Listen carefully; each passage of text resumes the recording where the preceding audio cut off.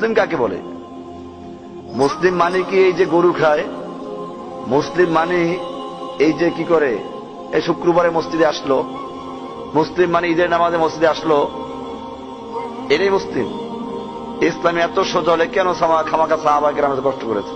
মুসলিম হচ্ছে তার আলাদা পরিচয়। মুসলিম এক আল্লাহর কাছে আত্মসমর্পণকারী বান্দা। সে সব ক্ষেত্রে আল্লাহর কাছে আত্মসমর্পণকারী বান্দা। অফিসে আত্মসমর্পণকারী আল্লাহর কাছে। আর যারা মসজিদে আসলে আল্লাহর কথা বলে, বাইরে গেলে নেতা নেত্রী আদর্শ, মসজিদে গেলে মুহাম্মদ সাল্লাল্লাহু আলাইহি ওয়াসাল্লাম আদর্শ, মন্দিরে গেলে রামের আদর্শ, আবার গির্জায় গেলে যিশু খ্রিস্ট আদর্শ, আবার বৌদ্ধদের মন্দিরে গেলে কি জানি বৌদ্ধদেবের আদর্শ, গৌতম বুদ্ধের আদর্শ, আবার শিখদের এসে গেলে পরে গুরু নানকের আদর্শ। এরা মুসলমান? না, মুসলমান না, এগুলো মুসলমান, এগুলো ভুয়ো কথা। শিখরা মূর্তি পুজোক প্রধান দিয়েছে। মুসলমান এটা কোন কোরআনের ভাষা না। মুসলমান হচ্ছে ওই ইরানি ভাষা, এটা মুসলিম। এখন মুসলিম বলতে আপনি কাকে বুঝাবেন? এরা যদি মুসলিম হয় এটা ভুল। মুসলিম একে বলা হয় না। মুসলিম বলা হয় যে সর্বক্ষেত্রে ইসলামের উপরে প্রতিষ্ঠিত থাকে, আল্লাহর হুকুম মেনে চলে, এবং সে যেখানে যাবে সেখানে আলাদা হয়ে যাবে।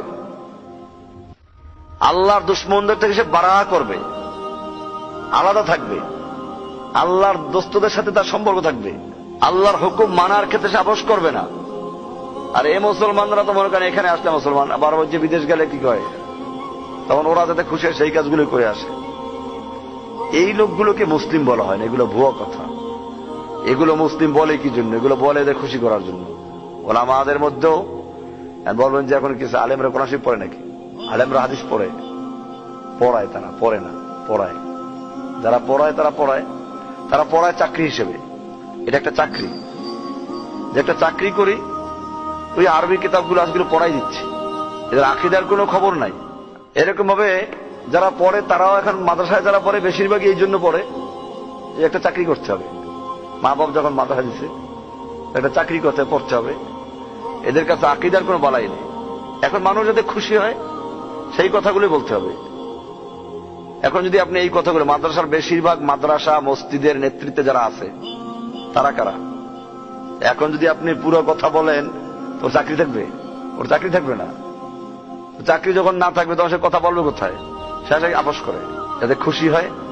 এক লোক বুতুম পেচার প্রশংসা করতেছে, প্রশংসা করে বলতেছে এটা শাহবাজ, রাতের শাহবাজ, রাতের রাজা। ডক্টর ইকবাল লিখছেন এখানে, যখন ইংরেজ সরকারের তোষামত করতেছিল একদল আলেমরা, এবং বলতেছিল ইংরেজ সরকার হচ্ছে ভারতবর্ষের জন্য আল্লাহর রহমতের ছায়া, এদের বিরুদ্ধে লড়াই করা যাবে না, যুদ্ধ করা যাবে না। তখন উনি এই কবিতাগুলো লিখছিলেন, মালুম নেহি হ্যায় ইয়ে খুশামদ কি হকীকত, কহ দে কোই উল্লু কো আগার রাত কা শাহবাজ। এই যে খুশামদ আর তোষামদ, সরকারের মন্ত্রীদের খুশামদ, বড় বড় উচ্চ পর্যায়ের ব্যবসায়ীদের খুশামদ তোষামদ প্রশংসা, হাদিসে বলা আছে ইদা মুদিহাল ফাসিক ইহতাজ্জা লাহু আরশুর রহমান।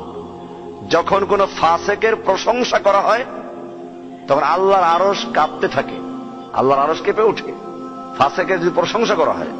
আর দেখবেন মাশাআল্লাহ, যদি কোনো মসজিদে কোনো মাদ্রাসায় কোনো ফাসিক সুদখোর 1 লাখ টাকা দিতে পারে, 10 লাখ টাকা দিতে পারে, তার যে প্রশংসা, মারহাবা। আরে ভাই, সে দান করছে কার জন্য? আল্লাহকে খুশি করার জন্য। মারহাবা দিবেন কে? আল্লাহ। আল্লাহ তাকে বিনিময় দান করবেন। আর তুমি এখানে মারহাবা দিয়ে তার মনের মধ্যে ঢুকলে আমাকে সবাই বাহবা দিবে, এরবার দিল, ওর সওয়াবটাও গেল, আর উল্টা গুনাহ হবে, কারণ রিয়া আসলে গুনাহ হবে না, শিরকের গুনাহ। এই জন্য এই যে প্রশংসা, এই মারহাবা, মানুষের দায়িত্ব আছে। মসজিদ, মাদ্রাসা, দ্বীনি কাজ, এগুলো তো মানুষের দায়িত্ব। সে নিজের দায়িত্ব পালন করলো।